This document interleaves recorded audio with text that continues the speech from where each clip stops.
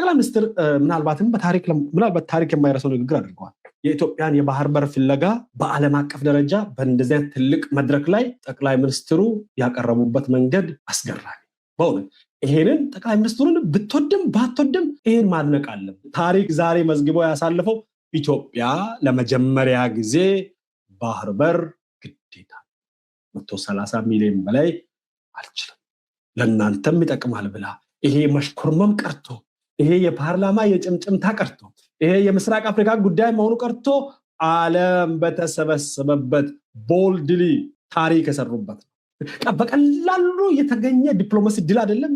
ያንዳንዱ መሪ ጋር ልዑክ ልገ ከምታወራ ሰብስበ ቁጭ አድርገ የተባበሩት መንግስታትን ዋና ጸሐፊ ጀምር ቁጭ አድርገ በአንድ አዳራሽ በራስ ሀገር ራት እያበላ ምሳ እያበላ እያስተኛ ባህር በር ያስፈልገኛል ለራሴም ለእናንተም አስቡት። አስመራ ያለ የችጋር ምንጭ እና ደጋፊዎቹ እንዴት እንደሚቃጠሉ ከተፈጠሩበት ጀምሮ ይሄ አይተው ስለማያውቁ በእነሱ አገር ላይ አንድ ጉባኤ ተደርጎ ስለማይታወቅ የሚፈጥርባቸውን የውስጥ መቃጠልና ሽታ አስቡት።